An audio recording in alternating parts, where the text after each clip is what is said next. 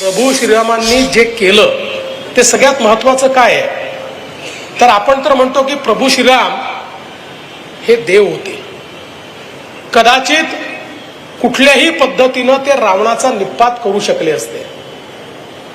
रावणाला तर वर होता की त्या ठिकाणी गंधर्व किन्नर देव कोणीच तुम्हाला मारू शकणार नाही.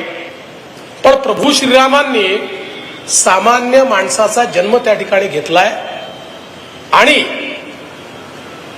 त्यांनी विचार केला असता तर कदाचित एवढ्या मोठ्या सैन्याची आवश्यकता देखील पडली नसती.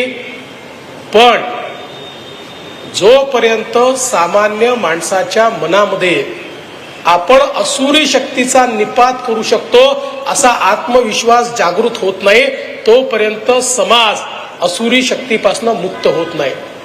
आणि म्हणून प्रभू श्रीरामांना हे माहिती होतं कि अमृत नोनी आर्थो प्लस ये एक प्रूवन फॉर्मूला है. इसमें मौजूद नोनी फल के गुण और आयुर्वेदिक जड़ी बूटियां शरीर को जरूरी पोषक तत्व देने के साथ साथ हड्डियों और जोड़ों के घिसने, उनमें होने वाले सूजन और दर्द को रोकने में मदद करता है. दर्द मुक्त जीवन के लिए अमृत नोनी ऑर्थो प्लस. एका रावणाला मी मारलं तर 10 रावण तयार होतील. जोपर्यंत सामान्य माणसाच्या मनात हा आत्मविश्वास मी तयार करत नाही की मी देखील असुरी शक्तीला संपवू शकतो, असुरी शक्ती किती मोठी असेल. आणि म्हणून प्रभू श्रीरामांनी सर्वसामान्यांचं राज्याची सेना तयार केली.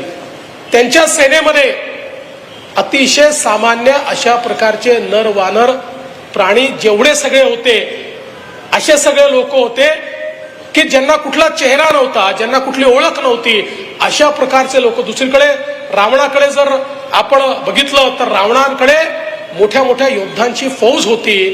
पण हे सामान्य लोक जे रामाचे सैनिक होते, या सामान्य लोकांनी त्या ठिकाणी लंकेवर आक्रमण करून रावणाला पराजित केलं. आणि समाजामध्ये भावना तयार झाली की सामान्य माणूसच परिवर्तन करू शकतो. सामान्य माणसाने मनात आणलं आणि तो जर एकजूट झाला तर तो सामान्य माणूस मोठं परिवर्तन करू शकतो.